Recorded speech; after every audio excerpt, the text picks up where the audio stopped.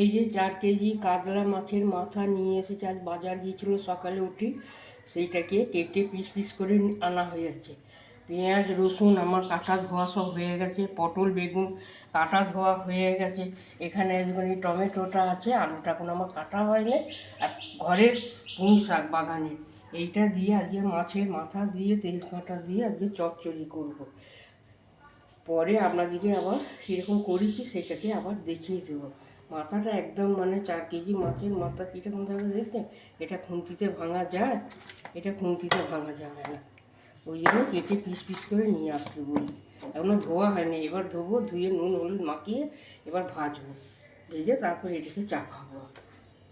আর ওই যে টমেটো একটা দেবো বড়, এই দিয়ে এটা মাছের তেল কাটা দিয়ে চচ্চড়ি করবে, কাতলা মাছের মাথা দিয়ে পুঁই শাকের চচ্চড়ি হবে।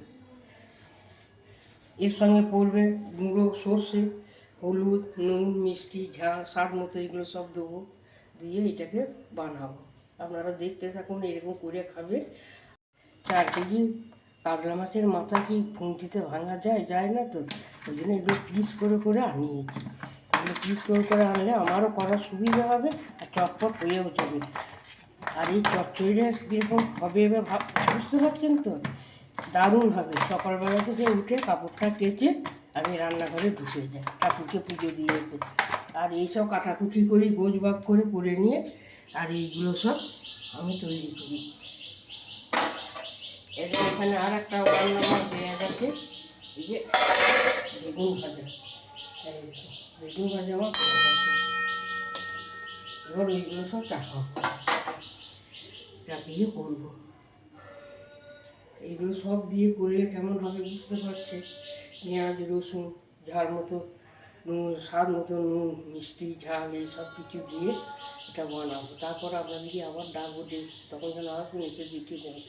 আর যারা আমি সবজিগুলো এবার দিতে থাকছি একে একে,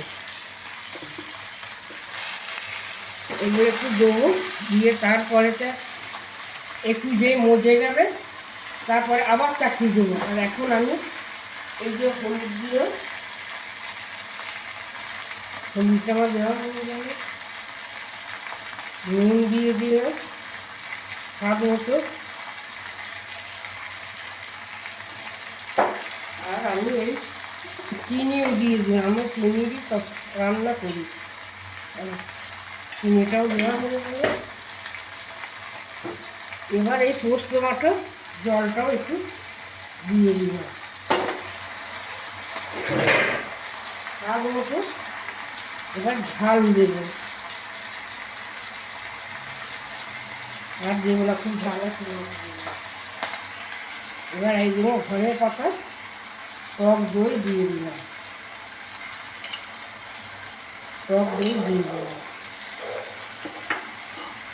আর স্বাদ মতো এই যে একটু সর্ষে পাউডার কড়াই আছে, এটাও দিয়ে দিলাম, আর দিয়ে দেবো। এবার এইটাকে উল্টাতে থাকি, যে একটু কমে আসবে জল বেরোবে আবার ওই পাটাও দিয়ে দেবো। খুব আস্তে করে করতে হবে, তাড়াহুড়া করলেও হবে।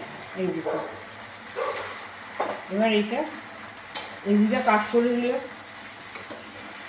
সব হাতের জাদু, জানেন তো, তাড়াহুড়া করলে হবে না। বহুত দিন ধরে রান্নাঘরে আছে, 16 বছর বয়স থেকে রান্নাঘরে রান্না করছি, বিয়ে হয়েছে। এবার আর একটু সবজিগুলো দিয়ে দেবো,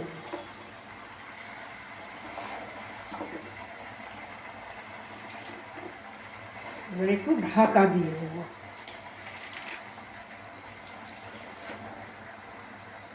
নুন মিষ্টি যা দিয়েছি একবারই, আর কিচ্ছু করতে হবে না, আমার আন্দাজে হয়ে আছে, সবাই বলেছে। এবার এই ঢাকাটা আমার মা ঠাকুমাদের হাতের রান্না, পুরোনো দিনে 4 কেজি কাতলা মাছের মাথা দিয়ে আনা সবজি সব দিয়েছি, বেগুন পটল আলু টমেটো পেঁয়াজ রসুন সর্ষে পাউডার একটু পোস্ত সব দিয়ে ধনে পাতা টক দই দিয়ে যেরকম হয়েছে দেখছেন, মা ঠাকুমাদের রান্না পুরোনো।